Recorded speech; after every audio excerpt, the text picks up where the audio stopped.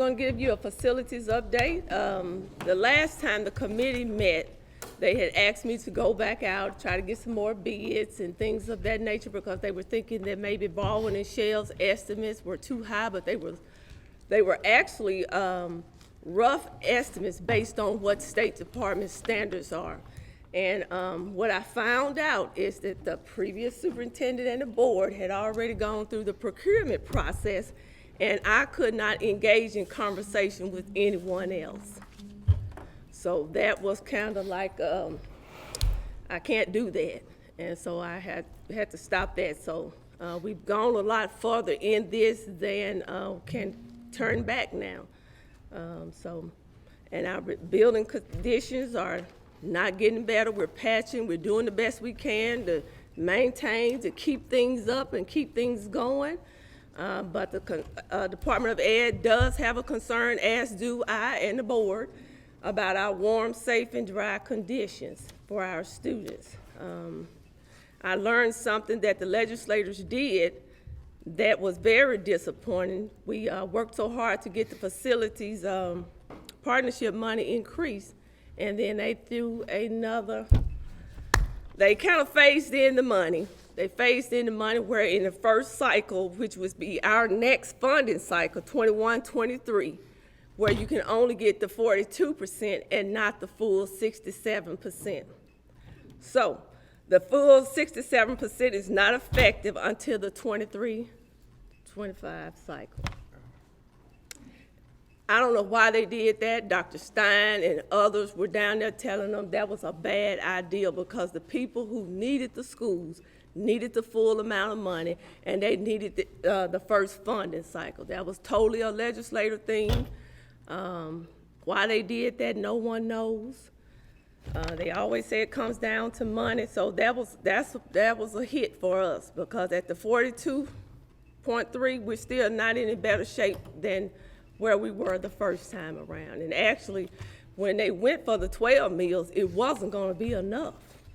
So it was good that didn't pass because it was not going to be enough to fund the building cycles, the building.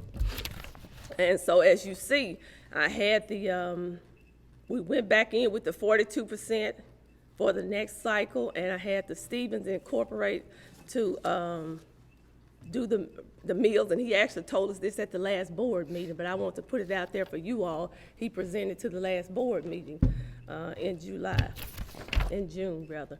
And so as you see for new schools, roughly about 13 meals are needed. For renovated, all current facilities, roughly about 13 meals. And we're taking into consideration now, any renovation of that high school, they are adamant they will not participate and give any money to the renovation of the 1927 Brinkley High School. They are adamant about it. They have pretty much locked us into these 4 options. Actually, I meet with them again on next Tuesday, but they're not budging on their stance with the options that we have for our schools. So 3, renovate most of the existing high school, the elementary, construct a new high school. That's still about 12 meals. And you won't be getting a new elementary school, you'll just get a partial renovation down here and construct a new high school. Option number 4, as you see, that's the minimum cost option, high school annex only, and most of the elementary school. And that's going to be roughly about 8 meals. So it's disappointing to me as I know, because I know the conditions of our facilities every time it rains. And I have some pictures here of the most recent rain that we had here. And I mean, we can't patch up enough. We can't do anything. And so I'm going to pass the pictures around, and y'all, we can start on this end, and y'all can just let them circulate around. So they're concerned about warm, safe, and dry, and so am I. And but a decision has to be made, and that's just the bottom line. And they pretty much locked us into these 4 options. They said even if a community said, well, we want to try to renovate our high school, what they are saying is that because of the structural damage. It wasn't just termite in that building. When they inspected that building, they exterior leaning walls, the floor joists at the bottom. They said it was some serious structural issues with that main high school building. So at this point, they're not even saying they're gonna allow it to be renovated at all. Because to do that, you're gonna have to go from the bottom up and fix some things. So that's why they're not participating, and they're pretty much saying if you decide, hey, we're gonna try to do our high school anyway, that they may not even approve that as an option. So my thing here tonight is just to let you know where we are. Like I say, it's disappointing. When I talk to them on Tuesday and meet with them again, I'm going to see is there any other funding options available to help us out. Because I do recognize that this is a small community, has a small tax base, and we do not want to, just put the burden on the community like this, but we kind of boxed ourselves in with our facilities.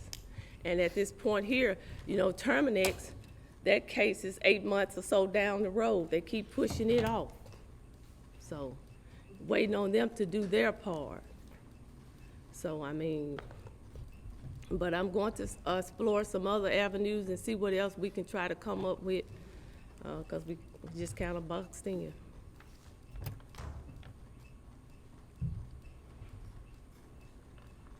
Yes. The state partnership fund amount, is that based off of the 42%? Yes, sir. Mm-hmm. And see, it would have helped us out a whole lot if they would have gave that 67% on the front end. But why the legislators voted to do that and phase it in, and so I even asked, I said, could we do projects? Can we phase in the projects? They told me, no, that's not an option. I'm going to ask again on Tuesday. Is it possible? This is a different person that I spoke with. So I'm going to ask this person on Tuesday, can we phase in the projects? But I've been told once that we could not phase in projects, because I was like, well, can we do part of it in the first cycle and then part of it in the, the next cycle? And they told me flat out no. So I will ask again to make sure I'm getting clarity with that, and we're clear. But I've asked. I'm trying to find every loophole and angle that I can to see what we need to do. Now, you said that something about if we renovate, that they're not going to help us with renovating the high school. Is that what you're saying? Yes. And who is that you're talking about? Because if I think I'm reading this right. The state partnership, that means that that's what the state's going to give to us if we decide to do option number 2 or Right. option number 1 or any of the options. Right. So that means they're going to help out in that. No, they're not. They don't help out. They will help us renovate the annex and the elementary, but the high school is excluded from all of those. Okay, so when it says renovate all parent facilities, That's the ones that we're currently occupying, and we're not occupying. okay, well, they need to restate that. Yeah, we're See, not. when I think of renovate Right. all parent facilities, everything on campus is renovated. It says No. all. It doesn't say what No. you're doing. But it's the 'Cause current. we still use the high school. Well, use the actually, you don't. library. But they consider the library as an addition on because it was added on later on. Oh, they got it. I mean, they have it down. Okay, so then, no, I'm just trying to get full understanding, because Yeah. when you were saying that, I was like, well, look like they saying they will help. No. 2.2 million, and we really no difference between option number 1 and 2. So then, All currently used facilities. Yes, currently used facility, and that's the okay, ones that we're in but now. it didn't say that, so Right. that's why I didn't. And so you're saying that it would renovate, the annex, well, I guess you got 3 buildings there you won't renovate. The building, what's the building name? The building right behind the girls' jail. Yeah. What's that Old building? Agrab building. Yeah, old Agrab gym, building and the the gym, the high girls. school. Yeah, They won't renovate those. okay. All right. But they would do the new part of the library. If They it needed can't something. mess with the library, I guess. But the library actually is in good condition, except for that door right there where it's raining Well, that's it what I'm under saying, there. they would do that. Yeah, They because would that do was, the gym also? ooh, I don't think the gym is in any of these as far as when you get new facilities.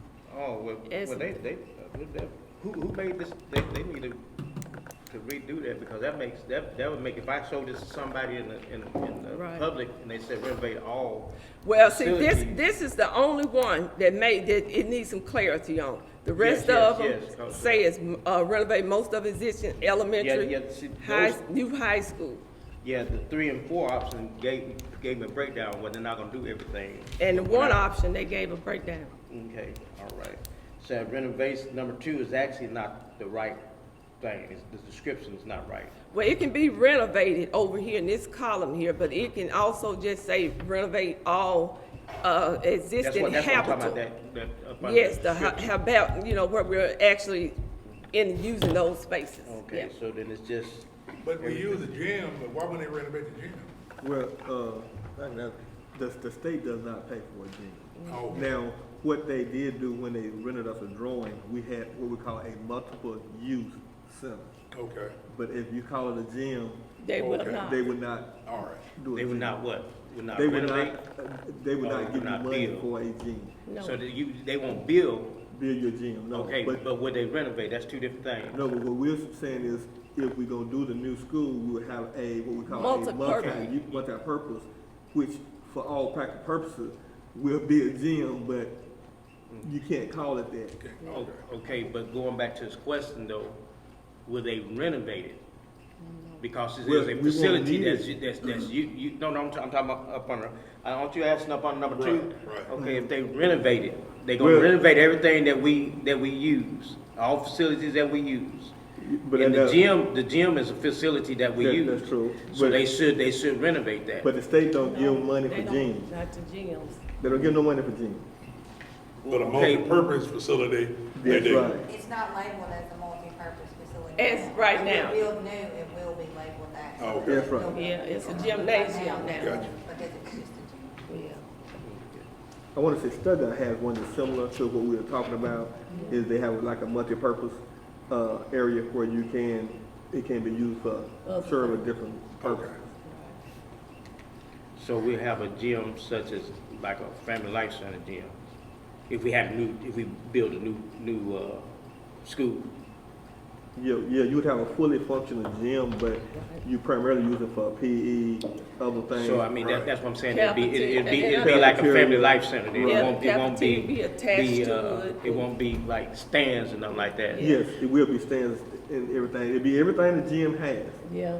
The only difference is it'll be situated so you can do multi-use purposes in the Yeah. gym. For example, Stuttgart, you can have they got a cafeteria that's, as a part of theirs. Yeah, and that's what we're talking And about. so you can use it for a cafeteria, but you can still use it as a gym. You can use it for PE, but you can still use it for a gym. Is the millage for a shorter term if you go with option 4? That's a question that I can ask, but I don't think so. Just looking at it, it looks to me like it would be around 4.5 mills instead of 8 mills. Well, here's the thing with this one here, right here in the description, they did not put in there things like needing portable buildings for 3 years, needing, and for things, because when they do some of these here renovations, there cannot be children here, and there's no way they can just get it done in the summertime. So I put some extra in there based on the advisement of them. Because it was, like I said, they would, you have to put the children somewhere while you renovate. What is the cost of the portable buildings? That was high too. They were, for at least, the first, it was like an installment set up was around $600,000. And then it was like a lease. A year or what? No, it was just one-time setup of it. And then you pay so much after that, a year for them while you have it. The state partnership funds, that's the 42%. Okay, but when I just did some calculation on it a while ago, it really doesn't come out 42, about 33%. And see, Dr. Stein actually did this part of it, the State Department's liaison between schools and them. So they don't probably factor something else into this. But what shouldn't they explain, they factored into it? Well, I'll be able to do that for you. When I come back here Tuesday, I'm gonna have lots of answers. Yeah, they could get us like a breakdown, Yeah. what exactly we're talking about. But here's what he told me. He could not give us an exact, because all of this is rough numbers. He was like, no contractor, no anyone gonna be able to give you an exact amount on anything at this stage. He said, because stuff could go down, it could go up, and he was like, we may even look at our own projects and say, well, we're gonna scale back the projects. How can we scale back what we're gonna do? And we tried to keep the plans when we were designing as basic as possible. And I understand that. Yep. And I understand it's gonna be rough numbers, but if Yep. we could get a better detailed guess of what $7 million is paying for, that's what I'm saying, so we would kind of know what's important, you know what I'm saying? But see, I mean, look, if you look at talking about a new school, you talking about, I don't think they're gonna have anything detailed like that, but I think I can go back and pull and see what did they give the first time around with these numbers for $25 million. They had some Well, sketches and even if outlines. It's just for what's gonna be what's gonna be included with the annex. I mean, they had to get these rough estimates somewhere, Right. what's gonna be included with the annex and what's gonna. Well, I know it's gonna be overall- wiring, electric, it's gonna be all of that stuff has to be brought up to code. I remember seeing all of that for wiring, electrical, and I mean, of course, roof is in there with the annex, because if you see it and looking at the pictures there, that stuff is pretty bad. I mean, that has to be brought all the way back down. I mean, taking off everything. That whole thing has to be gutted at the top. Yeah, I remember you saying we couldn't do anything, we couldn't do anything with the roof until all the other stuff. Yeah.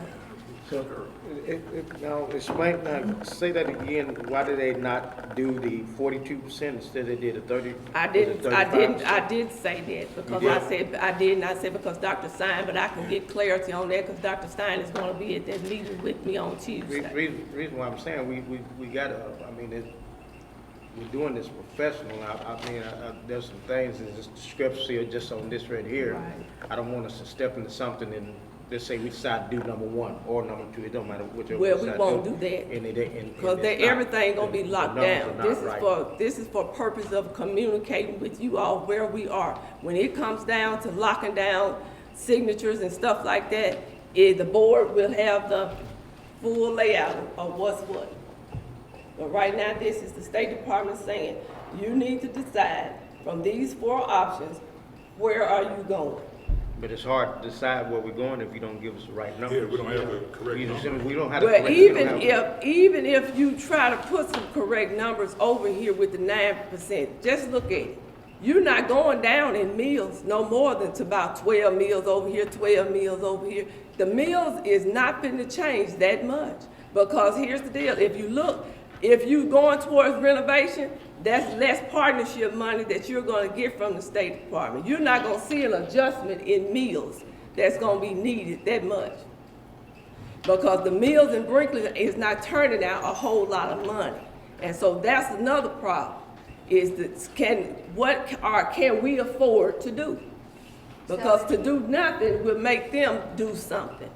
So if we do a new school, they'll give us the 42.3% in the first cycle, but if we renovate, we don't get that. That's right. Not for the high school. They're not giving us anything for the high school.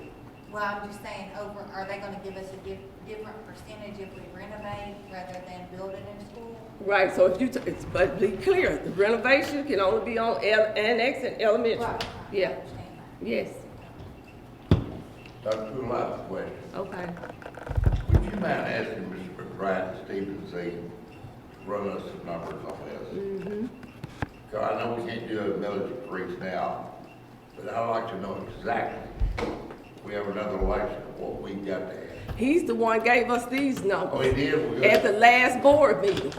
Well, I wasn't here, I'm sorry. Yes, sir. But that's, and that's what I'm, we're finding discrepancy in it now with him giving us the thing in it. I don't know. Well, I mean, if you look at this here, you look at your two options, which you just say 2 and 4, for example. What all the state is saying on 2 and 4 is, we're not gonna give you no money. That's basically what they're saying. We're not gonna give you no money to put in no old building. Right. If you look at 2 and 4, they took all the money out. And the only thing they give you money for is the 2.2 million, that's on renovate, and they give you very little. So actually, that percentage did change. Yeah, it went down to It went 11%. down It went down to quickly. it went down to 12%. That's right. But Because I they mean, don't wanna- but at the end, what we really looking at as a community is what the millage is gonna be. It don't That's right. matter how much they gonna give us or how much it's gonna cost for us to do it. It's the millage that's gonna count.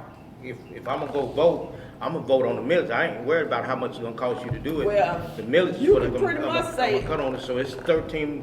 This not gonna go on more 1 and than 2. 12, right here, 12 mills. That one probably go down 12 mills, but that's gonna be about low as they're going. They're not going low. Yeah, and that's why I'm asking. I'm just saying that I see that, and I'm just saying that that's what I'm really gonna be And what they're focusing doing on. is, the state is just saying, we're gonna give you an incentive to go ahead and go with But they the haven't- high. they If haven't- you they notice, haven't- the incentive was, you went from, $2.2 million to $9 million, for the state partnership money. That's, But I mean, but you're going from 18 million to 25 million. I mean, that is you're not- true, that is true, but what they're saying is, they don't wanna put good money on a bad project.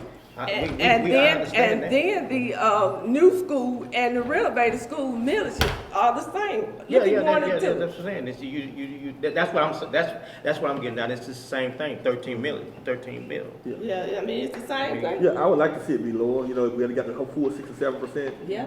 Well, I mean, that doesn't really resonate to a lot of people. 13 mils. What does that mean?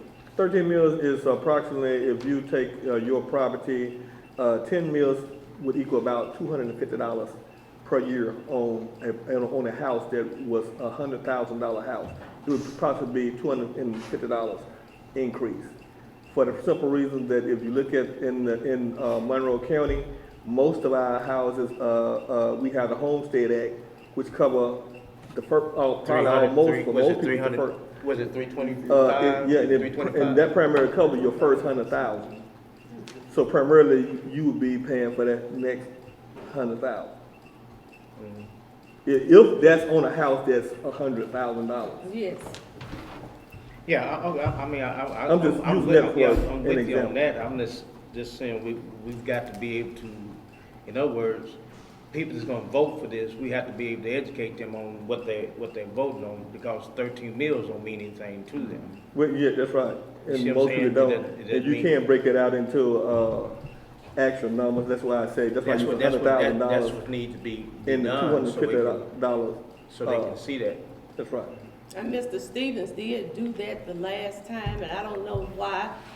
The last time they were trying to do the millage, I don't know what happened with all that, but Mr. Stevens, they did. McBride, them put all that out there. They told it down to the line what people would have to pay. Well, I didn't get that, and as a pastor, especially as a pastor, I have people that I talk to, and I have to relay that information. If I don't have the information, you have some people that can be just lost Yes, because they that's don't true. have it. That's true. I mean, you know, just any of us, That's true, 'cause you people have a wanna- business. If your people, if they don't know it, they can't vote on it. You see what I'm saying? People you work for, if they don't know it, they not gonna vote on it. And if anything, you talk about raising. Well, that's what happened the last time when this situation came up with trying to go together. So nobody had enough information. There you go. Yes. Nobody knew exactly what was going on. All they knew was there was a lot of wrong information they put out there saying that, oh, well, you're gonna have to pay a whole lot of money in property taxes. You're gonna have to pay a whole lot of this, a whole lot of that, and everything that they heard was wrong. What's wrong? They didn't have enough information to make an informed decision. So. And that's why I'm going back out. That's why we need to have true numbers here, because if you look at 42%, 25 million, it's somewhere about 10 million. So you're going up an extra. The state is going to provide you an extra million and a half. So I don't know if that's gonna drop a meal down, or is that gonna keep the meal still at the same thing? You understand what I'm saying? So, and you're saying roughly 13 meals, I don't know if that's 13 plus or 13 less.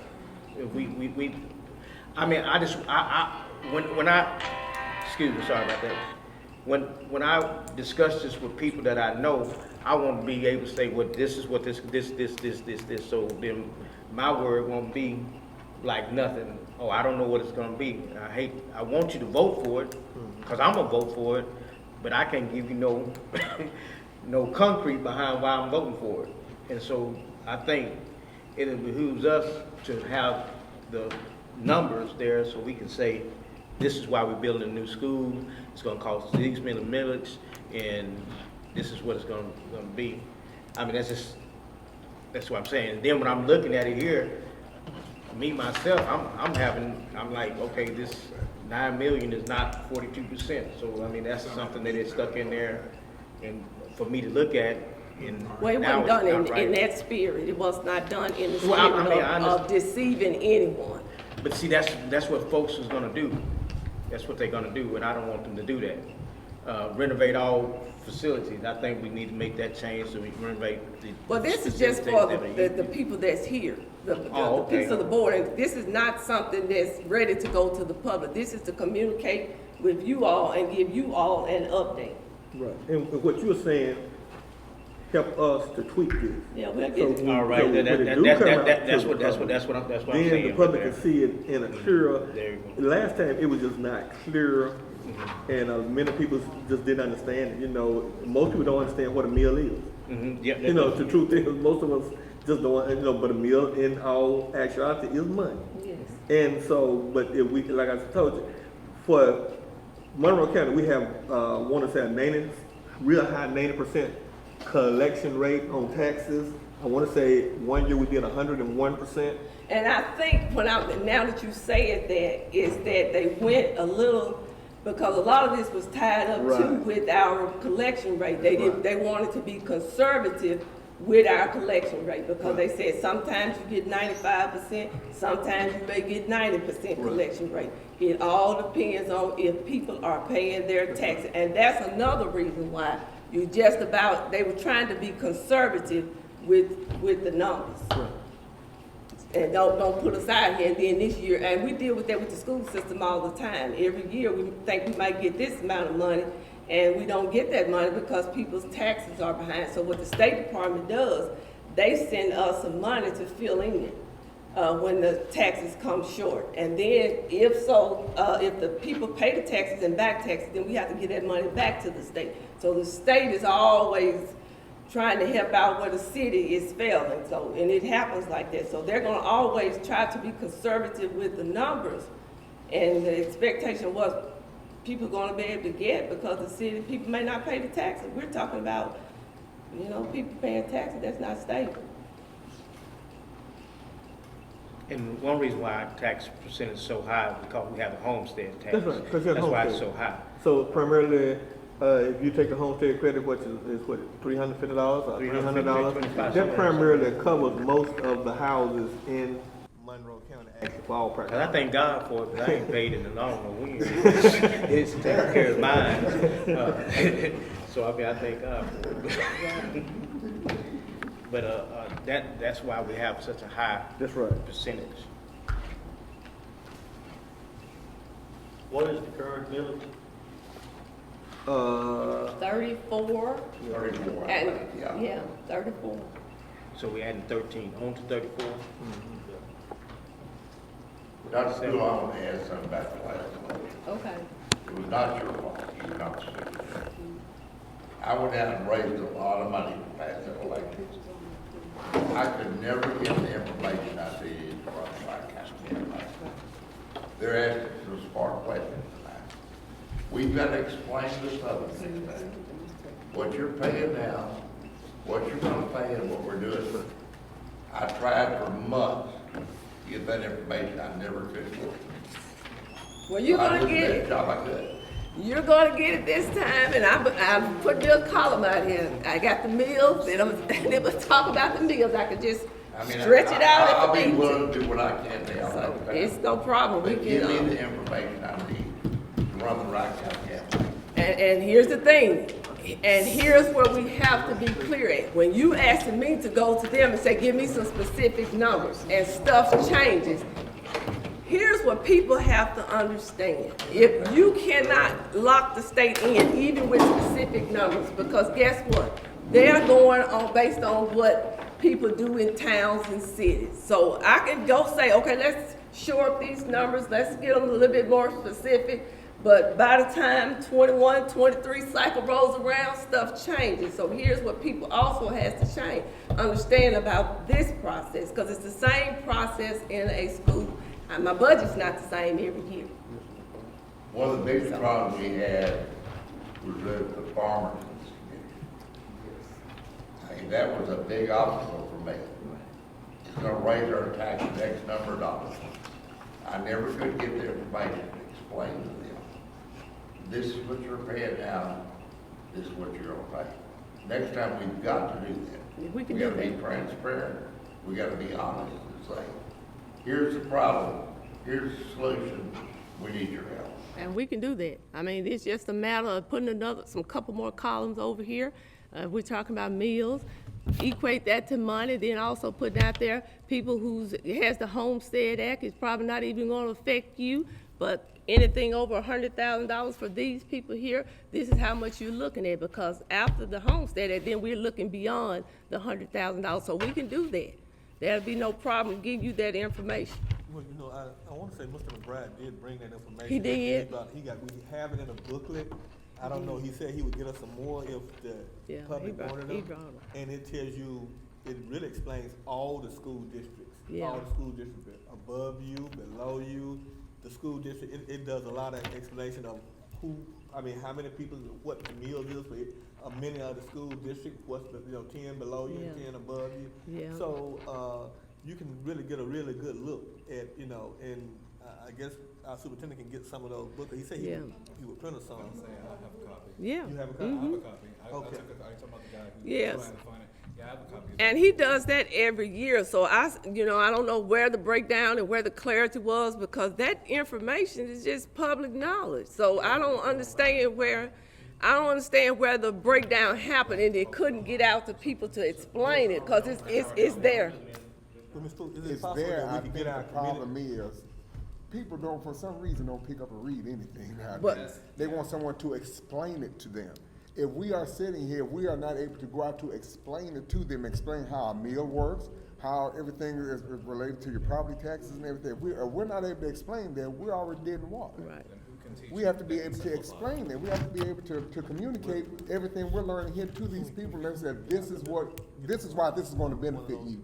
If you Yeah, do we can not, try to get you it's useless. Can we Right. get to simplify that? Like I said, when we lay it out on this form, kind of like here, just put some more columns out here explaining what the meal is, how much people will be paying. We probably couldn't even go so far as say if you have property worth $200,000, $300,000, try to put some different categories out here to let the people know, this is what it's looking like as your income or your property taxes and, things. So we could just, make it plain on this chart here. We can do the work for the people. And, but that information is public knowledge. What'd you say our bills was? 34. Okay, it's 35.9. Should be 35.9 and 10 meals should go to debt service. Yes. How much was the debt? 10 Yeah. meals go to debt service. 10 meals? So that means it's 25.9. No, it's still 35.9. And one of the things that we're coming up on is, some of our debt is Yeah, going to be. 10.9 goes to debt Right. service. And some of that is coming up to, that's maturing, and so we would have that freed up, in the next coming years. I don't know what, exactly what year. When would that come up to maturity? I wanna say, don't quote me on this, but I wanna say 2023, and it might not be that far off, but I know it's not that far off. So then is it It's gonna safe feel to like say- $1.8 million, I wanna say, $1.8 million. So if it's safe to say then, just do a calculation. If we need 13 as what it is, and if the debt comes off, we're gonna gain 10, so we really only need less than three meals then. That's right, but when Okay, that's Mr. fair. McBride added it all up, what he was looking at, he's looking at the decrease in population. Because we do have a decrease in population in Monroe County. So you have to factor in all those things, you know, what is our population gonna be In in 2023. 2023. You know, it might, if you look at most of the charts, most of this part of Arkansas, eastern Arkansas, is gonna be pretty much a ghost town, you know, being honest with you. If you look at, you know, some of the charts that's out there now, that we'll lose some population at probably about, what, 15%, somebody help me out, 15% a year, and that's actually quite a bit. And that's where the problem's gonna come in. Tim, I totally agree with you.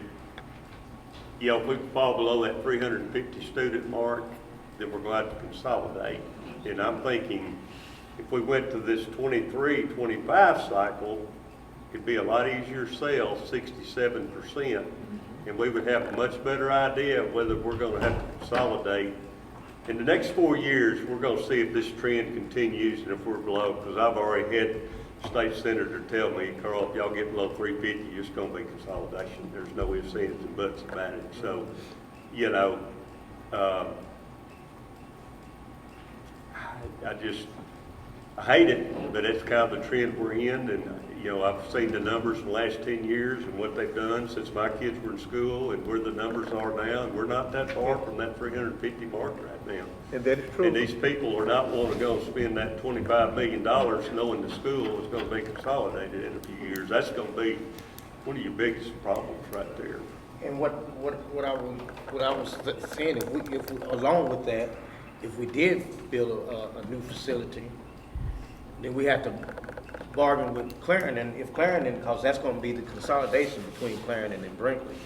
So I don't know what their student population is. Is it close to ours? Because they losing just as much as we're losing. About the same as ours. So then we have to, and I don't know, that's what I would like to have from the superintendent, if we had a 5-year plan of what we're gonna do in 5 years. I mean, what are we gonna do for population? That burden is not just on the school, that burden is on the citizens, that burden is on the mayor, because the mayor needs to be trying to do something. I spoke with him, bring some industry in here, trying to help. But this burden has been totally placed on the school district for declining enrollment, declining population, when it's not just a school issue. This is a community issue. And that's another thing that I would ask, if there's somewhere we can bring the mayor and the superintendent together on the same table, because I'm pretty sure if there's monies to build a jail, there ought to be monies to help out in the school district. Well, I've been to speak with the mayor. You've been? I have. I spoke with the mayor not long after he got in office. And so I asked about what was his plan for the community. And he was talking about doing things small and then branching out. So I'm trying to cover my ground and talk to various people so we can make informed decisions. We need to tell him, we need some shot. We need no shot. I have a question, kind of picking up where Carl was talking about it. We went to the 23 to 25 cycle. At that point, if I understand it correctly, the 10.9 mills that's currently going to debt service would be completely freed up. Is that right? Part of that is freed up, and we could use, I want to say, what it equal to was $1.8 million, but it ended up being. So, you know, it wasn't a whole lot of money, but whenever our debt service. Is that 1.8 million per year? Yes, it's 1.8 million per year. And see, the thing is whenever our debt service comes off, if we don't rededicate that to debt service or something, or we don't reinvest that in something, it actually goes away. So that, But 1.8 million a year for a 30-year tax for, as far as what we're doing, I mean, that really adds up. As far as Yeah, that adds up, but the cost of the when we put that into a loan version to actually put 1.8 into a loan per year, that's quite a bit of money. And just off the top of my head, let's just say that should support 10% more, so which would be support, you should be able to pay the loan on $10 million with $1.8 million for all practical purposes if you did per year. So that's what we're looking at is, and one of the problems with the state with us now is we don't have no debt. That's, what? we don't have any debt. As far as the state concerned, we are a rich district. Yep, and we have too many buildings still standing on campus that's not being used. And so it's those buildings that's making us look like we rich district. Right, we're worth about $74 million.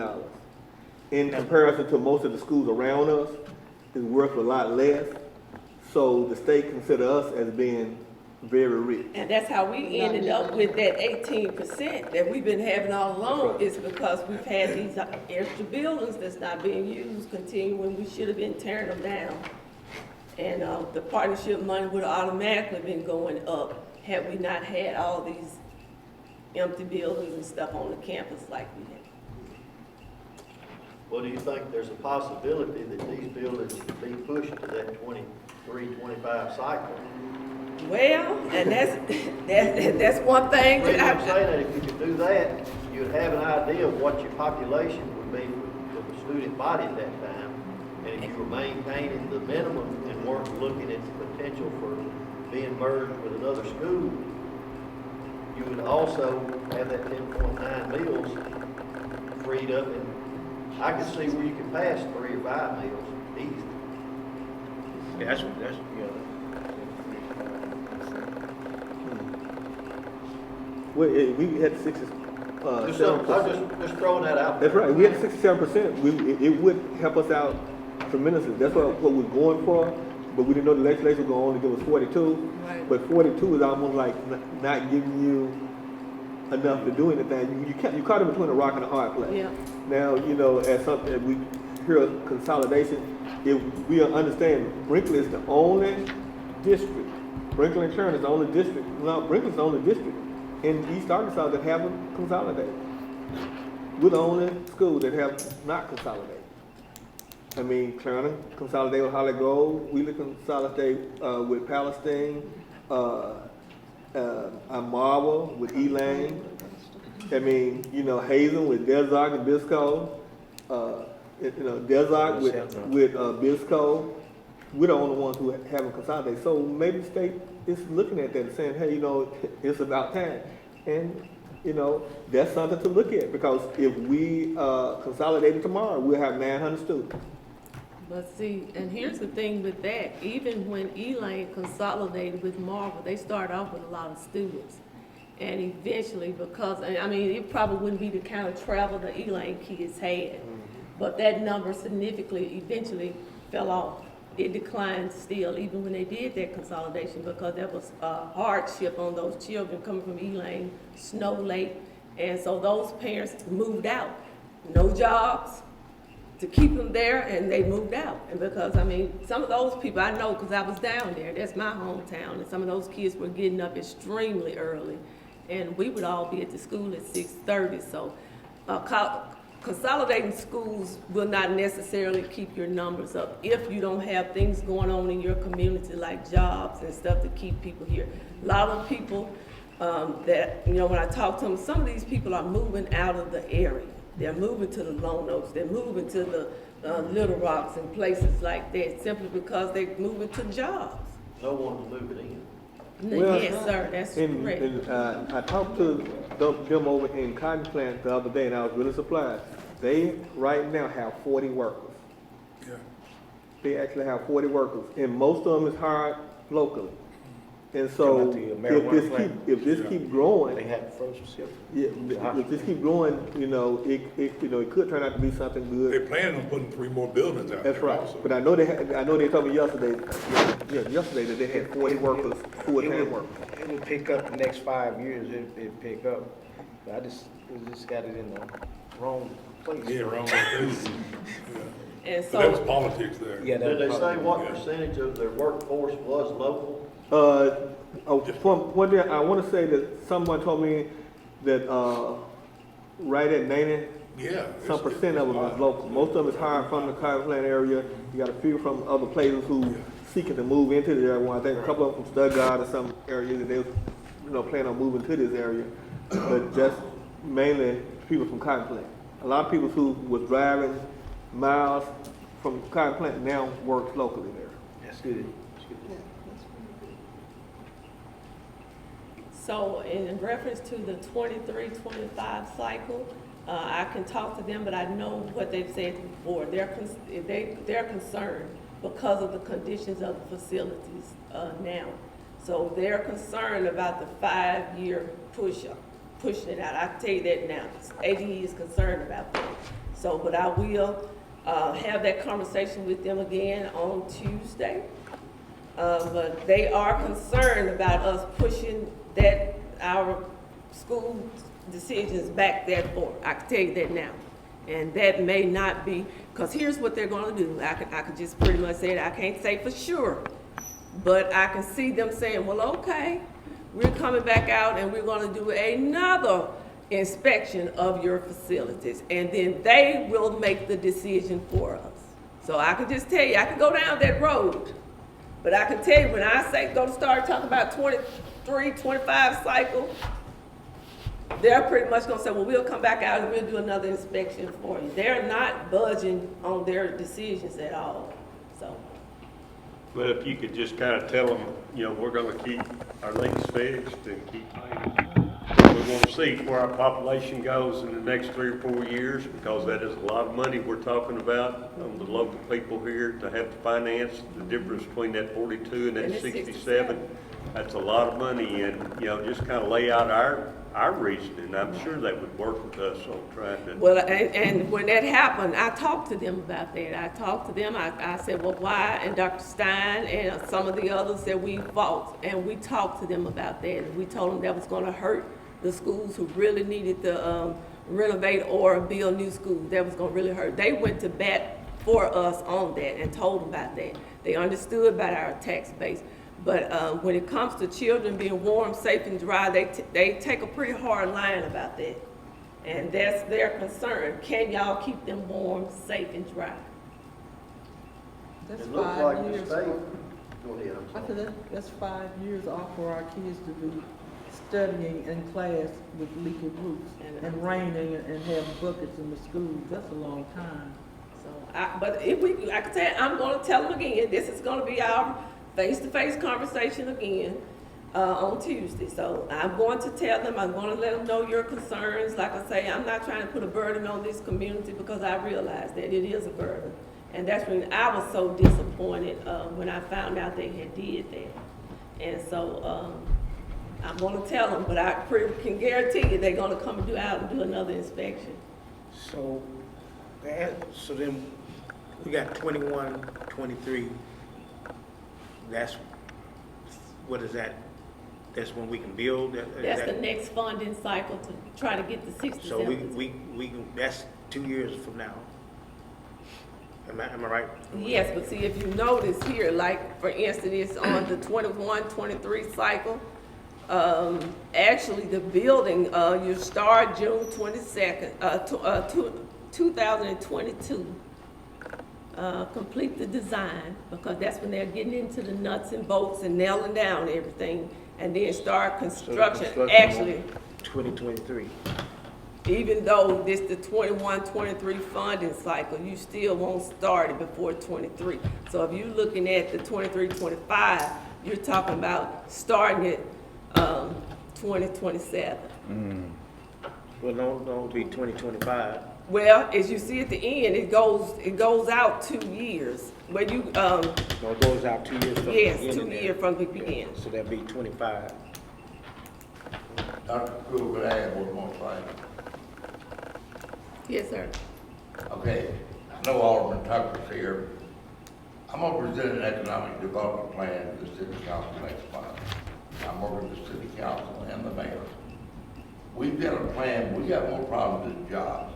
We don't have affordable housing. We don't have amenities to attract people here that we're working on. For example, I'll give you an example.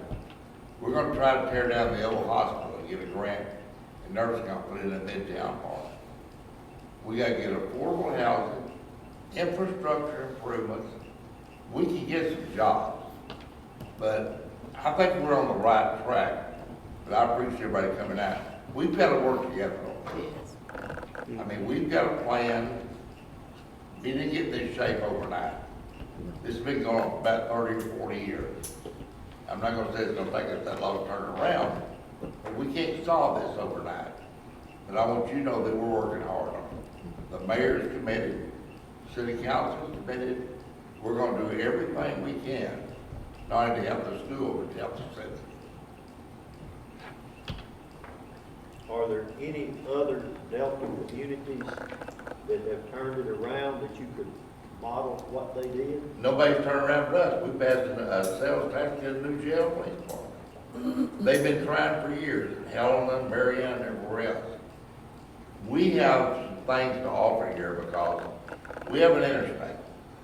We have 55,000 vehicles a day that come by here east and westbound that pay a sales tax. We've got a US Highway 49. We've got some infrastructure, like I said, affordable housing.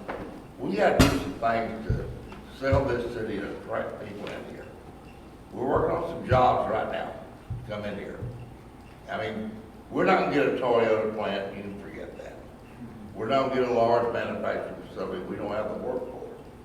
But there are a lot of light manufacturing facilities. The ag community is our biggest business here. We've got to support our agriculture community. I'll give you an example. I'm a federal and state lobbyist. I can represent people for the federal and state agencies, administrative hearings. I fixed 2 problems for 2 businesses this last month. One had a federal issue that could shut down their business, and one a state. I got them resolved. We've got to help our current employees. I told Mr. Tucker, Fred is closing down, we're getting something else. I'm helping the minority employees there, most of them are, convert their 401ks into an IRA. They don't know how to do it. That's the kind of help we gotta give people there. I'm not charging for nothing. I mean, the city's paying their outrageous salary, Mr. Tucker. What I'm saying is, I'm optimistic. I can see a light at the end of the tunnel, it's not a fast moving train. But Carl, you know we got problems too, infrastructure problems. We gotta get all this resolved and get on the same page and care about this city. We had a discussion last week, last council meeting, about naming the new jail after Ralph Clifton. Ralph loved this city. He's one that conned me into going out and passing the tax. He said, you're going on a suicide mission, but will you do it? And I said, I will. Ed Brown and I put up signs every Sunday for 3 months. We raised the money, we worked hard. That's what we've got to do. Get together, do what we've got to do to straighten this situation out. And I love this school district. And When I was a trooper here in the 60s, my kids went to school here. It's not what it used to be. You couldn't find a parking place at a football game. We had Boy Scouts, Girl Scouts, PTA meetings. That's not what it used to be. We need to turn that around. And one thing that Michael McBride is working on is also showing the economic impact that not having a school will have on this community. And it's gonna, he roughly estimates 40 to 50% economic impact. So it is not like people think if the school leaves that we're gonna be able to maintain this town. And so he's putting, This is the biggest factor, this is the biggest industry they got here. because this is a professional employer. Every school district that is consolidated or is closed, The town's those gone. communities are gone. Yeah, so, There's nothing for them there. My biggest concern is that we improve our schools to the point that people want to come back to our school instead of leaving our school. And then the money follows the child. yes, The ma'am. money's gonna follow those students, and we've got to offer things here that encourage them to come back here instead of leaving. That's right. And when you do that, then your community, you've got a educated workforce, businesses are gonna wanna come here. But if they don't see that we have an educated workforce, they're not gonna wanna come here. Yes, And ma'am. it's not just children's education, it's adult education, community involvement. They want to see that the community is working to better themselves and their children Yes, ma'am. and their educational system. And I agree, and we're looking at how we can continue improving the school, but here's what I found. And this is where, when the State Department said we were gonna stop labeling schools, they went to giving letter grades, that's still a label on the school. But when I look and unravel that letter grade, and I've been trying to educate the public on that, and we have a lot of our kids that leave here and go to Palestine Wheelie. They have a C. And I said, do you really know what's involved in that C versus what's involved in this D that we got over here? And a lot of times people cannot tell you because it's just a perception that Brinkley is not doing anything. But when I look at their school, they're not doing much better than we are. It's just a perception that people have about the schools. They don't know what all is wrapped up in there. So we're working on trying to make sure kids come to school. We're making sure we're trying to give kids opportunities for internships where people don't know you get credit for that stuff. Computer science courses, when your school district, people leave and they have to bear the responsibility of when you leave the school, take your kids out of the school, we lose money. So yes, I have to, decline my staff. I have to decrease the staff. So I cannot offer some of the courses that they want us to offer. You have so many kids taking computer science. So the people who are pulling their children, they're just as responsible for this. And it's not because they're getting such a better education somewhere else. I'm constantly looking at that data. The proof just not there. And so and we're trying to work on what that perception is because I'm pushing it out there. I'm talking to parents and I'm trying to educate the public about it's a perception, it's not fact. And so, because we're working really hard here to try to turn things around, and we're going to continue to do that because I see the perception, but when I look at it, it's just not a fact. They're not doing it much better than we are doing. Yes, sir. What I see won't cost us one penny, one dime, one nickel, and it's called pride. And we have to have leadership to motivate and inspire people to make this place look a lot better than it is. Now, when I went through the high school, it was so obvious to me that I saw that we could prevent it, the top floor, the bottom ceiling, by just putting some 5-gallon buckets in there and having Larry or somebody ink them after it rained. When I come out here, I see a lot of trash and stuff. All I'm saying is that if we could inspire or motivate our maintenance people, I've yet to see the maintenance manager at a meeting. I've talked about it many times because I'd like to talk to the guy because when I talk to you or I talk to somebody else, it gets filtered. Right. You may only him to know certain things, but what I'm trying to say is that the maintenance of this facility, and you can see right now the situation we're in is above and beyond a whole lot of things. Mm-hmm. Now I know educating kids and doing all those things is high on the list because that's what you got to do. But if you don't have somebody to be responsible and accountable for this maintenance, this is the situation you get in. Now, I'm going to disagree with Mr. Robinson because when I left the board, and quite a ways after that, this district was in excellent shape. The facilities were kept up. There was a lot of money in this district's account. I'm talking about a lot. Now, from a management standpoint, maybe we had too many employees and we couldn't get rid of them and we had to pay them. We had to.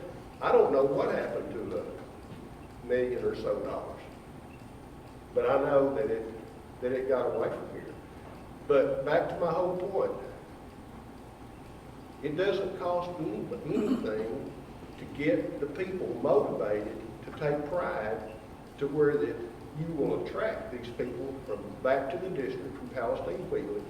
You'll attract somebody that comes here that may have a choice to live here or somewhere else. And if we don't have that and we don't do that, what we're doing is in vain. I can assure you. I agree with you on that line. I've seen it too many times. And I ain't over that high school building yet when I took that tour because that was negligence. negligence to the nth degree on allowing that facility to get deteriorated and to work like that. I understand the problem, what happened in the basement, what went on there, but to destroy those rooms, those classes, that floor, and that ceiling and all that, because we didn't have the initiative to go to Lowe's and buy 55-gallon buckets at $3 a piece and tell the maintenance people to keep the darn things empty until we can get this taken care of. Been a no-brainer. And the voter we're gonna be asking to vote for this village is gonna say, And that's the look what mindset. has happened to this facility. Yeah. If we build a new one, is the same thing gonna happen here? But do we realize- When you talk to people, and I told y'all the story before about my old No, but it was. this has 64 been model years. 4020 John Deere, it's a whole lot better than the new one you buy, and I'll take it any day. But let me explain to you, because something that you said, Mr. Mefford, is very important. And Hey, I'm hard hearing, so. okay, something that you said was very important, and Mr. Brown. But this is the state take on what we did. The state take is that if you heard them speak, they said you didn't. What they saying is you didn't do nothing for 24 years. That's what they Now, said. the reason why they're saying that is because we had, I want to say back when Dick Young came in, we had an $8 million balance. So what the state is telling us is you took money from your facilities and put it in the bank. So therefore, this year the state has came up and made a law that you cannot keep those kind of balances in the bank. Because they're saying that all you're doing is anytime you're saving money, they're saying you're taking it away from the kids. And you're neglecting. And your they're saying that, facility. and so that's why they look at us and say, yes, you did neglect that. We did do a $2 million renovation during the time of Dick Young, but it was what we call a facade renovation, where we made everything look pretty. You know, we did a lot of tuck pointing and making things look pretty, but we didn't do nothing on the roof. Now, when I came to the board, the roof was going bad. We had just had the roof done, but the contractor, when he did the roof, what he did was he did not put any flashing around the top of the roof. Well, when we went back and say, hey, wait, you didn't put no flash around it, he said, well, that wasn't in the contract. So therefore, someone misread. Now, my position was we should make him come back and do what he was supposed to be done the first time. And it should have been right. If that maintenance supervisor had been walking around behind him That's true. about every step he took, he would have never got that That's situation. true. But see, when you get to a project that big, that's why your engineers should be watching over that job, because normal maintenance man just may not have that knowledge. You know, he's just not going to have that kind of knowledge. You need an engineer to oversee it. We did have an engineer, but some things slipped through the crack, and I've been saying that many times. We allow people to steamroll us when we should. And I agree. If you go on top of this building, up on this section here, when they did new roof, they never put one vent in it. And if you don't put a vent in a torch down roof, it's gonna puckle up. And if you see the pictures there where you see all those where that water is sitting, the reason why that happened is because the contractor just never put a vent in it. If you go to this side of the roof, and you'll see that every so often they got a vent. And the vent is to let the steam in between the roofs out. Otherwise, the roof just puckles up. And that's where we are at. And a lot of times, being honest with you, we hired people that was not qualified to do roofs. They was not licensed properly, and they wasn't qualified to really do that roof. Well, I want to help and I want to do whatever I can, but I tell you what, it irks me when I see these indicators That's true. of not having any pride in what we got. And I'm just saying to leadership, you don't order people to do things. You motivate and inspire them to do it, and then it gets done, and you give them the responsibility. I can't tell you how to do leadership, but I know what the end product is, and that end product is not here.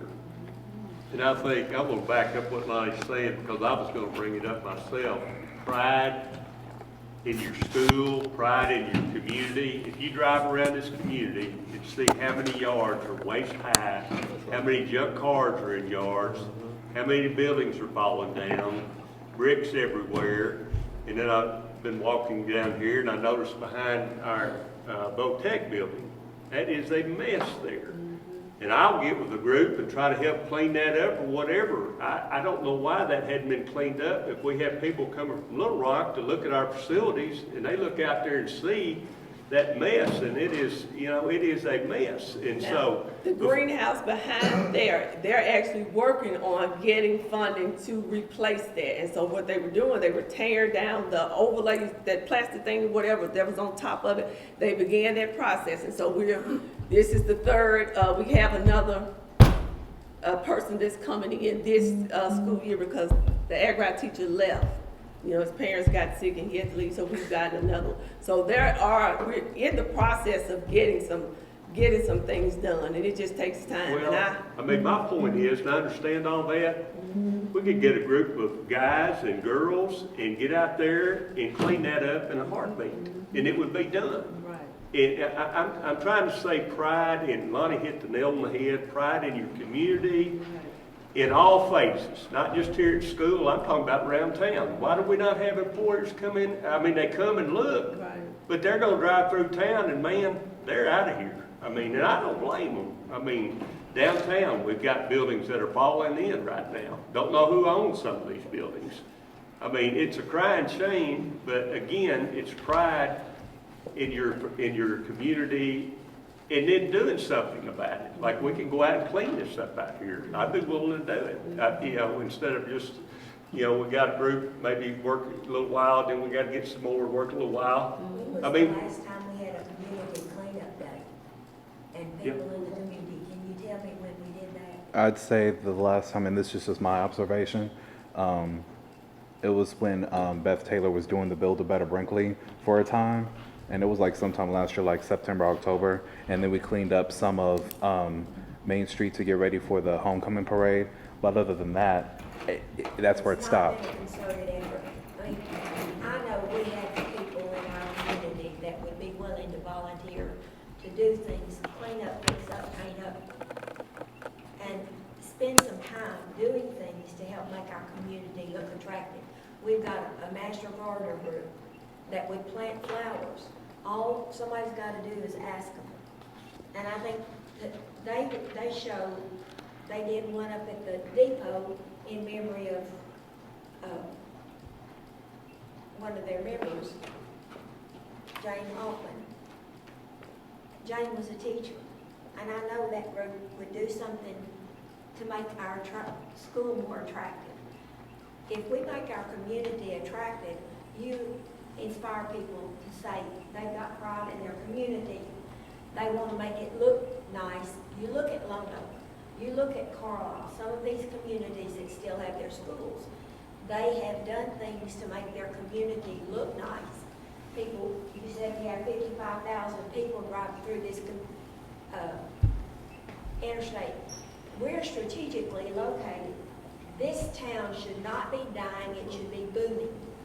We're halfway between Little Rock and Memphis. you. We're halfway Thank between you. Jonesboro and Pine Bluff. We should be Thank you. doing things to make our community look good Thank you. and attract people here.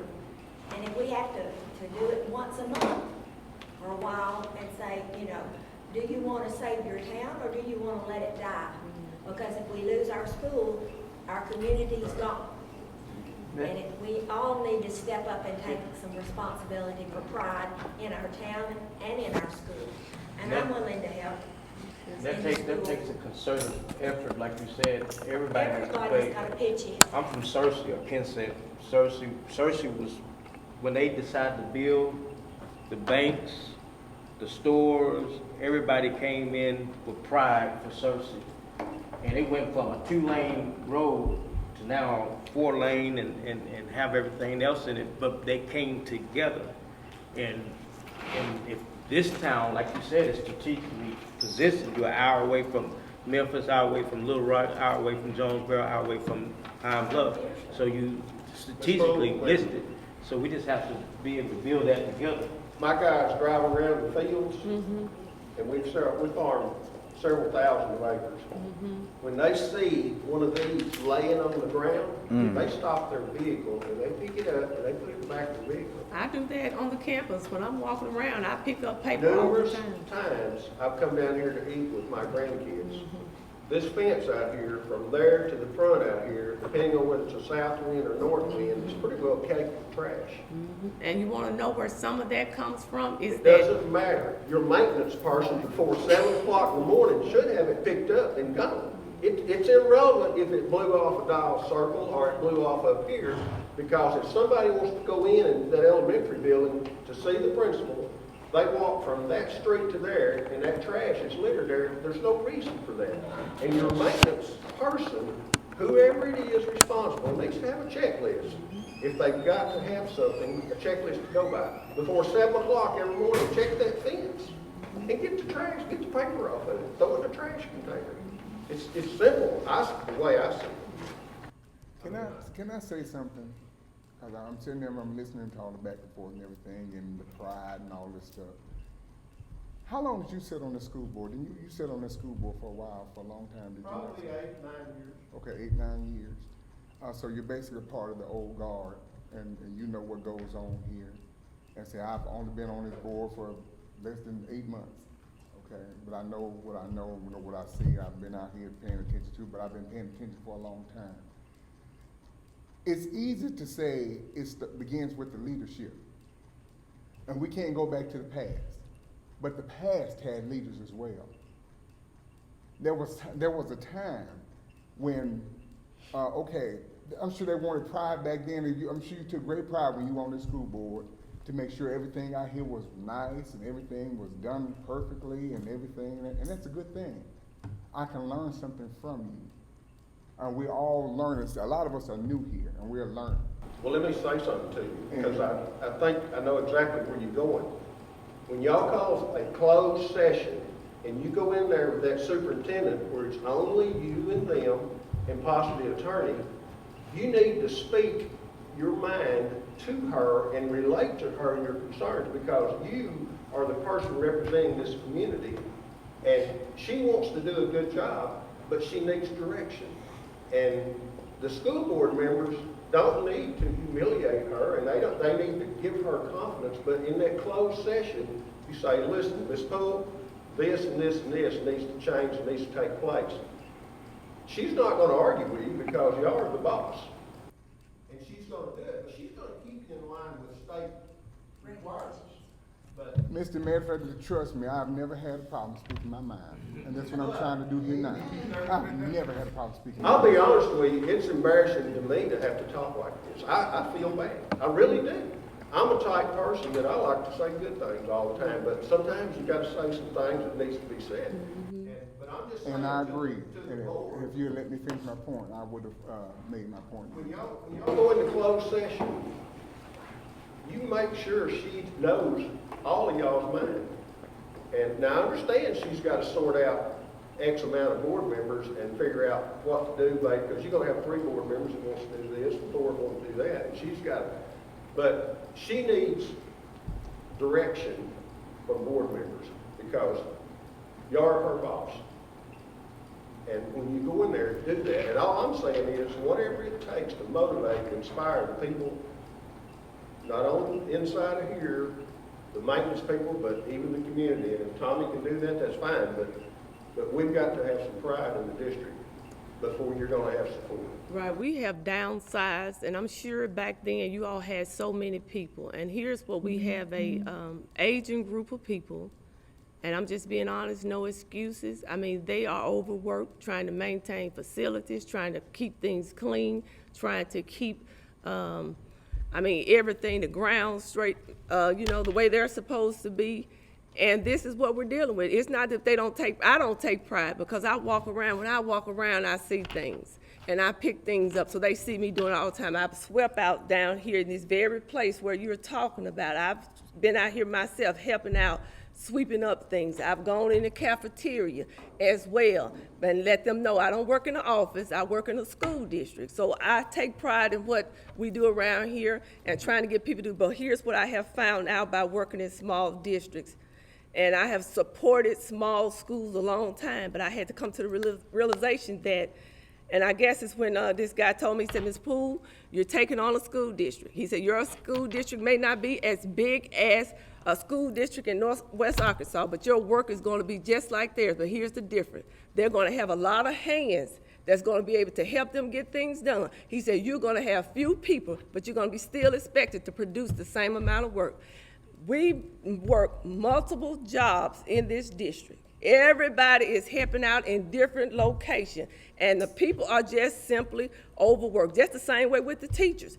The teachers are teaching multiple classes because when you're losing school money, you have to downsize your staff. That becomes, okay, I got to have this person teaching 2, 3, 4 subjects. Mr. Branch may be teaching math, but he's also teaching a course over here in health.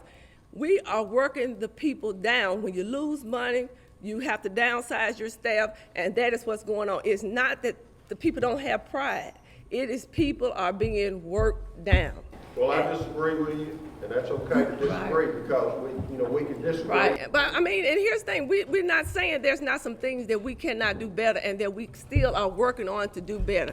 And here's one thing, I'm okay with my board telling me what direction, but here's what they always know. I'm gonna come to them straight. I know pretty much every issue they don't have to point them out to me because usually I'm pointing them out to my board because I want to be transparent with them when we're having conversations. So I'm always gonna tell them, this is going on. We have to do this here.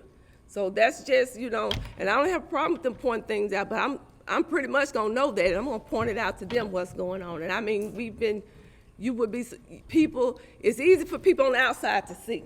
Yes. But when I stepped into this role, when I tell you the multitude of work that's constantly flowing, I mean, even from on weekends, I'm getting emails, I'm getting this, I'm responding to this stuff, the multitude of work just on me, and I know how my staff is overworked. And I'm just like, can they continue at the pace that they're coming, that they're at? And it is, and I know what you're saying, but when I tell you, when you in here, it is unreal type of late night work that we're having to do to maintain. And so we're trying the best we can. Yeah, we have places where we can definitely improve and get things better. I like you talk about the yard. I recognize that my people are overworked. They're trying to get buildings ready for when teachers come back. We got 2 more weeks for teachers. I have called somebody, I've got somebody to come help them get the grounds cleaned up. I said, well, I'm gonna help you get somebody in here to get your grounds in shape. It's been raining, so the guy, he's been coming back out, he's gonna get my grounds in shape up. So I see the problem. So I just got to bring in some help to help them get things where they need to be. Ms. Poole, I just wanted to, can I you hear? are too nice. You are too good a person. I don't know if you've ever lost it in front of the help or not, or your employees, and let them know who you are, who you need to be. But sometimes people need to see you in another way to get your point across. Oh, And that I'm Mr. just saying, Mathis. as a leader, you're either a leader or a follower. There's no in between. Yeah. And, you're a leader. I remember the day that Bobby Davis was out here directing traffic because I don't know who was supposed to have been out there, and I saw her out there on the highway, and I called her. I said, Miss Davis, what were you doing? She said, well, so-and-so was gone, so-and-so was gone. I said, yes, but our superintendent of the school was out there on Highway 70 directing traffic this afternoon. If you can't get somebody out there, why do we teach you as a superintendent? That's my whole point. And it's not that you need to be picking up trash. Yeah, I know you need to set an example, but you're a leader, you're a motivator, you're an inspirer, and you got to get people going. And you need to throw a fit sometimes in front of them and let them know the other side of you to get some things out of it.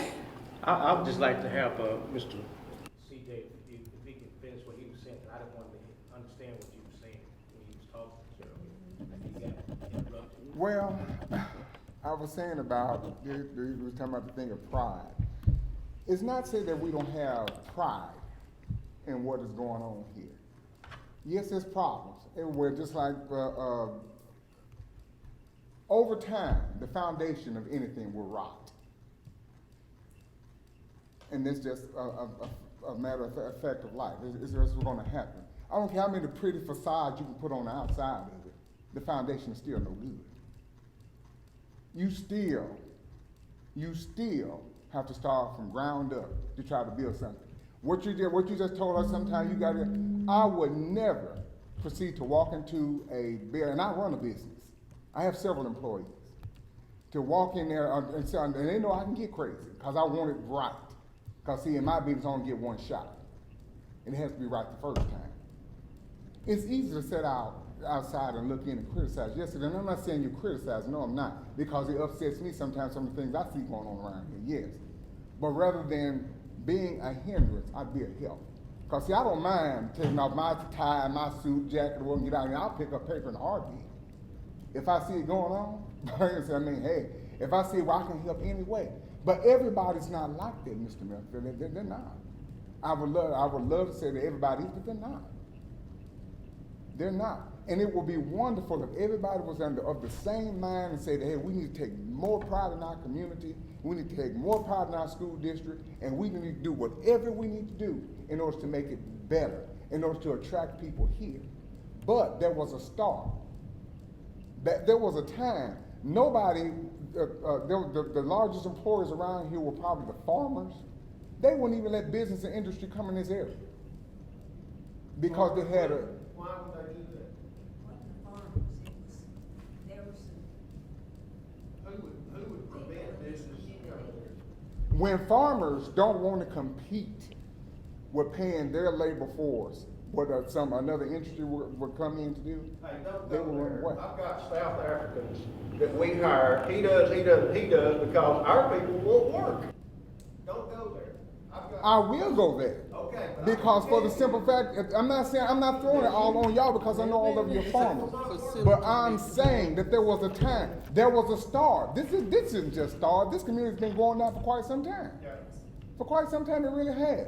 I've lived in Brinkley since 2000. I worked here since '93. I love Brinkley. I was telling somebody today, Miss Voree, as a matter of fact, she stopped by my office. I love this town. I want to see it do better. That's why I am here. I want to see the school district do better. I don't have a child out here, but I'll go through to the math for any one of these kids out here. Trust and believe that. You give us sharecroppers too much credit, CJ. We don't have the power to keep anything from coming in here. You have the power of politics. Okay. You have the power of politics. City council. And over time, it has made a difference. It has made a difference. It really has. Now we need things here. We want things here. There are a lot of people. In the 60s, 50s, and 60s, there was a great migration of African Americans who left the South and went to the North. Guess what? Those people want to come home. They can't come home. They don't have a house. They don't have a housing. They don't have anywhere to try to buy anything. And there's a lady I met last week. She moved from California, Los Angeles. She's done well for herself, her husband. They were both from here. They went to California. They made a life for themselves and their 3 sons. Okay, her husband passed away. She wanted to move to Brinkley. This lady has done very well in her life. She wanted to move to Brinkley. She said, CJ, I didn't have nowhere to buy a house anyway. I couldn't find a house or anything over there. I'm not, Mr. Mayfield, I'm not attacking you and I'm not attacking because Lord knows, I mean, hey, I started working on a farm when I was about 10 years old. All right. The test on the school board was the last millage. And if I understood right, all school board members failed because the people voting for that did not support the board members thinking about what they were going to do out here. So first of all, you've got to convince your constituents, whoever they are. And if you can't do that, you're not going to have any luck. Now, I know the plan, but I'm just saying, you're looking at something similar again if we can't change these things and get the taxpayers on board with what we're trying to do. And it's got to start with the board members. They've got to visit people and say, hey, this is what we're trying to do, and show it to them. And we just haven't done a good job of it. And the way I see it, we're still failing. We've got to come around or maybe it's like Carl said, just hang on for another year or two and consolidate. Well, Because it's not going to happen. and what you're saying is very true. But on the last millage election, we was told that school board members, and I know Ryan's school board member, we was told not to really go out. They said that they would have some other people that would go out for and do the PR work. And so, therefore, we kind of took a back seat. You couldn't believe that. But I really did. I really did because they had an example of what they had maybe did in Helena, and I believe Barton, who's got a new school. Helena has a new school. I believe Earl has passed a millage. So, I really did believe that. And when misinformation started coming out, sometimes we tend to just not say anything. We swerve, but when we should have said something, we didn't say anything. And so this time I say, if someone prints misinformation or say something that's not true, then I'm going to tell them that it's not true. And we're going to communicate, and let's sit down and let's get the facts. I tell them all the time, we can come out of office. I got every school board meeting we had for the last 30 years because someone from my family has been on the school board for the last 30 years. So my thing is that if we want to look at it and get the fact, we need to really just always get the fact. The problem with Brinkley is that we down everything that's good. As I told somebody, I said, we can actually turn out another 1.8 million gallons of water. Somebody said, no, you can't turn out enough for the city. I said, no, that's not true. We have, the misinformation is so rampant out here. And people say things that's not true. When our plant was built for 5,250 people. So we can still service that, but that's just the way that Brinkley people has a perception that everything is bad. And like you say, if we get some pride back in our school, and pride comes a lot of things. And I tell people about maintenance people, no maintenance person, I talk to Ms. Poole about this, no maintenance person can ever go from a $500,000 building and go to a $1 million building and keep it correct. Because he haven't seen that until he sees that. And I told him, I said, well, maybe we need to take some of our maintenance people and take them to some of these other buildings so they'll have some example of what you should be looking for, as opposed to having the campus look the way it looks now. There is, like I said, there is some deficiencies in the campus, but that's because a lot of times people haven't seen nothing no different. You can't take a contractor that did $100,000 houses and put him to building $1 million house. It just ain't gonna work well. He may do it, but he gonna struggle. So that's the same thing. So we're here, and I'm just hoping we can all come together. And really, if we start on one little project, we start like Carl said, come out here and do the grounds. Those flower beds can be done. We can do. That's right. To set That's an right. example. That's right. This is what we're trying to do to save our school and save That's our right. community. This is the first step.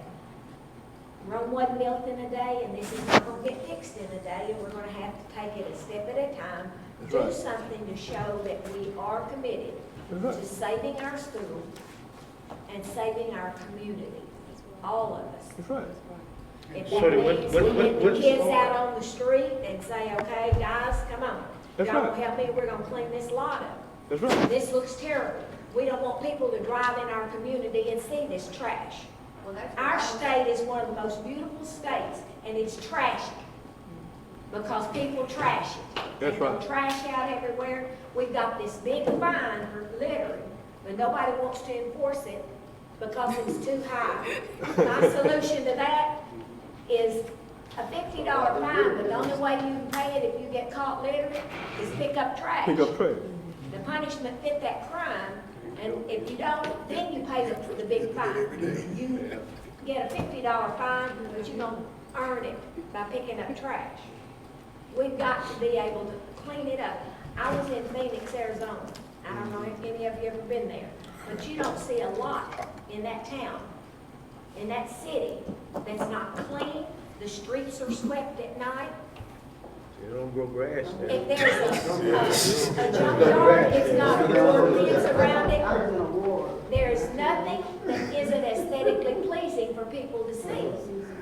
And that's the first impression you make. I don't care what the foundation is like. CJ, I understand what you're saying. Yeah. But if that first impression is that that's a trashy town, That's right. they're not gonna look any further. They're not gonna look at the foundation. They're not gonna look at what we've got to offer here in the school. And yes, we have some things to offer. We do. And we have some things that other schools don't have. That's right. But we also have some deficiencies. And our children are not getting the quality that they could be getting because we don't have enough help. And I understand what you're saying about having to cut back when you lose students, yes. But we still have to offer that same curriculum. The state tells us this is what you've got to offer. And it doesn't matter how many people you have to do. We have to look to creative ways. In block teaching, we did some of that so that a teacher has fewer preps and has them a longer period of time. We have to look at what making school fit the needs of children instead of children fitting into our school system. That's right, and we went to block scheduling. When I tell you, every time you turn around, we're going to different little formats to try to make it work. We're block scheduling now. We have been for the last few Right. years. And that helps the teachers prepare less because you've got one teacher teaching math, science, and social studies and another one focusing on literacy, reading, writing, spelling, and English. And then you move children one time or even move the teacher instead of children. Every time you move them, you're losing. Over a period of a year, if they spend 10 minutes moving, you've lost a week of education. I'll tell you Add up that something, I'll time. tell you something I would like to see, and it really bothers me a lot, to see a teacher teaching here in this school, but they're sending their kids Oh, I agree. another.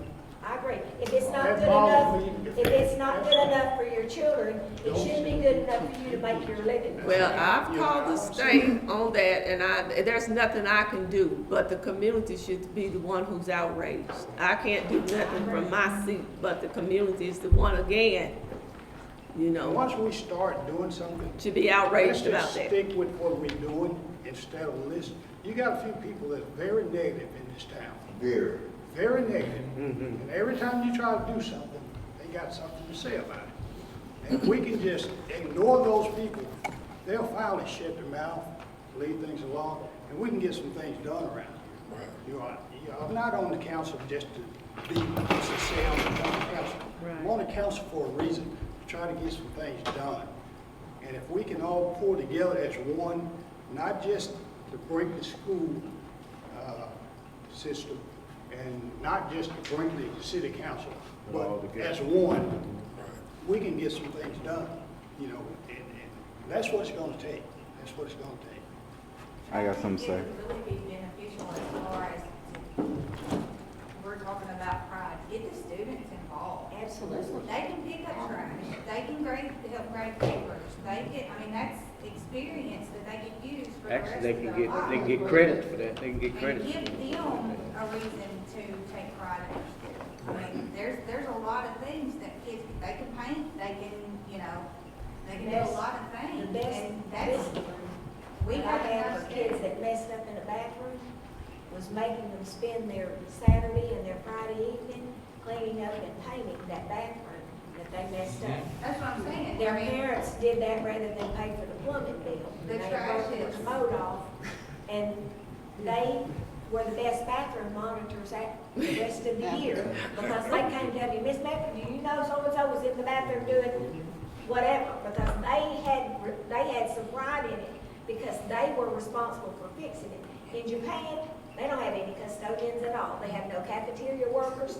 Students do everything. They clean the bathrooms, they serve the food, they don't cook it. That's cause they It's can brought in, cane. but they serve it, they clean up. but There's things that they can do. that we don't utilize as far as, it could be used for holding the students accountable if they. Now, you can only do that kind of stuff to a certain extent before the state sees that as, you know, you're embarrassing that student, or we have a fine line, yeah. The rules have changed from back then. I want to know what happened big. But for us, the reason there's that punishment is we have to be. He's had his hand up for 30 minutes. Oh, well, you next. Hey, everybody. Hey. I'm the camera guy. You have the floor. Thank you. And you know, I've been recording these things for going on 2 years now. Yeah, everyone knows I moved back to Brinkley to take care of my mom, and that's the whole reason why I'm here. And then when I got tired, not downing anyone that's working a job, but when I got tired of working a job, I started my own business on February 15th when they fired me from the Capitol because they didn't have enough work for me to do. I got tired, so I opened my own business. So I hear what every single person in this room is saying. I love this school. I graduated from this school. I love it. The teachers have made a deep impact on me.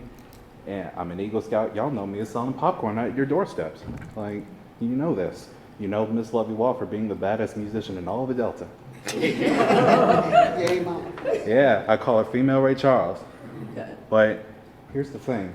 I never liked talk shows because all they do is argue about the problem every single time, over and over and over again. And I get emotional about this because every time I film these things, it's the same shit over and over again. And quite frankly, I'm tired of it, so I'm gonna tell you what we're gonna do, okay? First, it's like what you said, the community looks like trash. If I gotta organize something every freaking Saturday to get a community to pick this crap up every week, then that's exactly what I'm gonna do. But we are not gonna sit here and argue about this anymore. I'm tired of it. I'm tired of going back home, editing this stuff, writing about it, get the public getting on to me, saying that I'm manipulating the words, saying, oh, well, William, that's just what you say. Yeah, well, why aren't you here at these meetings? Why should I be the only one that's here coming to these things? Coming to AMP meetings, school board meetings, city council meetings, facilities meetings, every meeting, Build a Better Brinkley meeting, every single time. I am tired of this. I'm sick of this. Every time. It does not change. People arguing over Facebook, Twitter, Snapchat, Instagram, my generation, the older generation, the oldest generation, every single time. I am more than anything, I am sick and tired of people placing blame on what we have here today on a problem that's been going on for 40 years. It makes no sense. It makes no sense at all. And guess what? I'm not blaming anybody. I'm not attacking anybody. I'm saying what always needed to be said. If you want to get something done, pick one thing and do it. That's exactly what I did. Against my better judgment, I decided to open a business, my own LLC in Brinkley, Arkansas, when every person, even most people in Brinkley, told me, William, go to Little Rock and open a business in Little Rock instead of Brinkley. But I chose to open it here, and I hired that boy right there. I'm paying him out of my pocket every week. I saved my money. I gave up my car for this camera. Expensive equipment, over and over again, trying to inspire hope. And all of our kids, no matter if they're black or white, male or female, it does not matter. If I can do this, if I can sell popcorn to each of your doorsteps, if I can become an Eagle Scout, if I can religiously attend to every single meeting, then we can have the pride to inspire others to do the same. So what I encourage you to do right now, before we leave this room, before this meeting is adjourned, we pick one spot and we start there. Where do you want to start today? Obviously, we can't make a choice. There's a lot of problems. I saw a lot of problems. I see a lot of problems starting my business, but I don't care. This past Monday on the 15th, I celebrated my 5-month anniversary. I didn't need a loan. I didn't need a job. I didn't need any help. And I still worked my business and still took care of my blind mother who cannot walk, but she's still the baddest musician in all the Delta because I take her to church every Sunday morning. It can happen. It can work. I've seen this over and over and over again, and quite frankly, I am sick and tired of it. No more placing blame from here on out. None. No more. I don't care what happened 40 years ago. I don't care what's happening today. What's done, it's done. Whatever. The thing is, we need to figure out how to solve it and move on. No more Done. Done. If you want to be a leader, you start by being the leader. Look in the mirror and start by being the leader yourself. That's how you expand on pride. That's how you do it. So before we leave this room, we pick one spot. Just like you said, this community looks like trash. If I got to host it every Saturday morning, then so be it. I ain't got nothing to do. Perks of having a business, I make my own time. So, where do you want to start first? Up in the flower bed. Somebody speak up, he definitely did. I have, you know, he's coming to guy to get all this stuff in shape Yeah, he listened to all this stuff. on the campus, you know. There are places in our community that are beautiful. Look at the park. Look at those crepe myrtles. They're absolutely gorgeous. Why don't we have that on the brochure?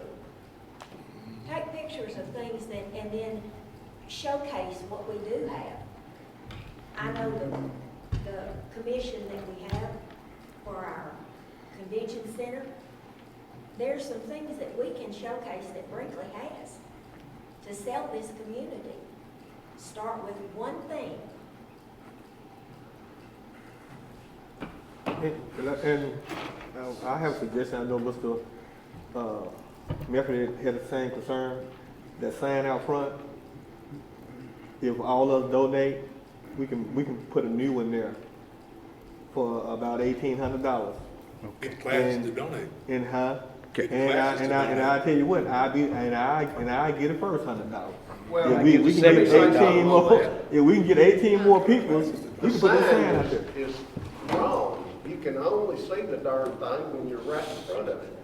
The thing needs to be east and west, so when you're driving down the road, you can see it or either angled out. Well, that's what we do. You, whatever sign you wanna get it, set it right.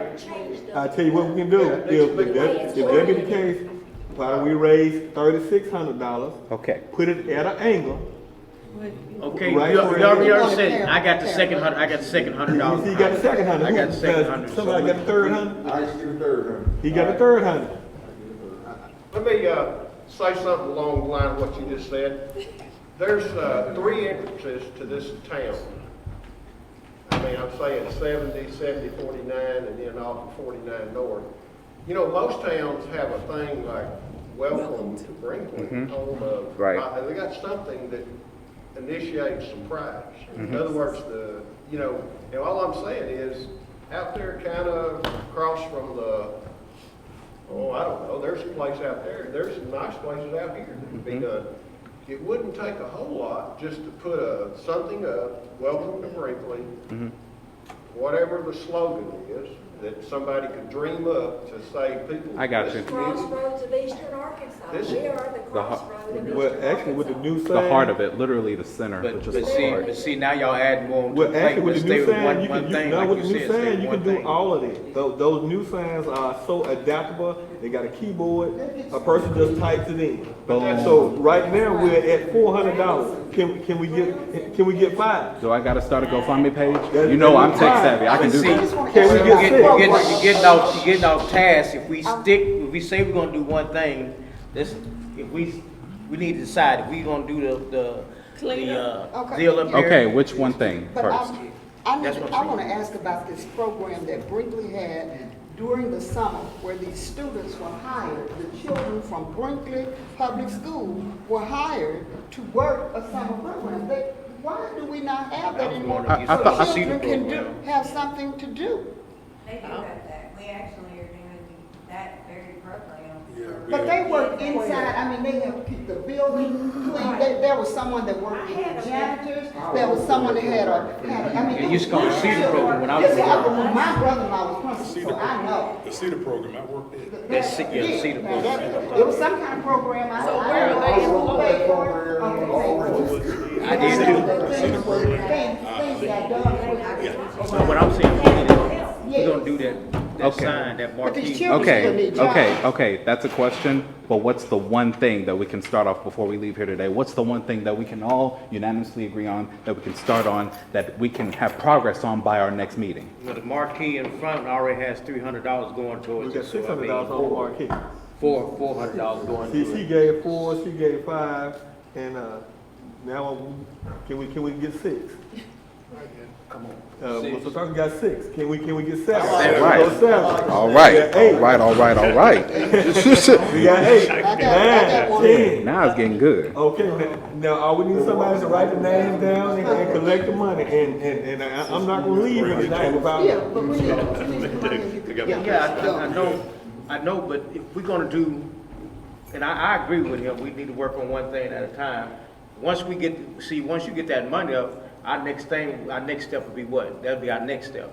Next step is what? Come out here and make sure that The campus look good. Make sure we, Cause you've already Well, hired let that somebody, be your right? first thing. Yeah, I got well, I mean, that is. Someone write. Talking about up there. I don't want it. Yeah, but then we get all that junk. Yes. All right, so the next step is to clean up behind you'll contact That's what I everybody. was I'm gonna saying. contact everybody, I just. Would that be all right, Ms. Poole, if we got cleaned that up? Yes, sir, and I'll let Mr. Dement, the ag teacher, know, and you'll like him, he's a nice young fella, he's got a lot of energy, so he's not gonna mind helping you get in there and rally people up. He's actually been away at a conference for FFA, but he will welcome the help, because actually, when he first got here, he went to cleaning up and pulling out of that ag shop because of all the junk that was left in there, so he's already started the cleanup process.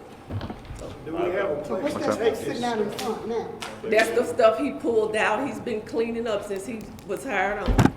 Hello? Sorry, I got $850 on that. Okay, and so,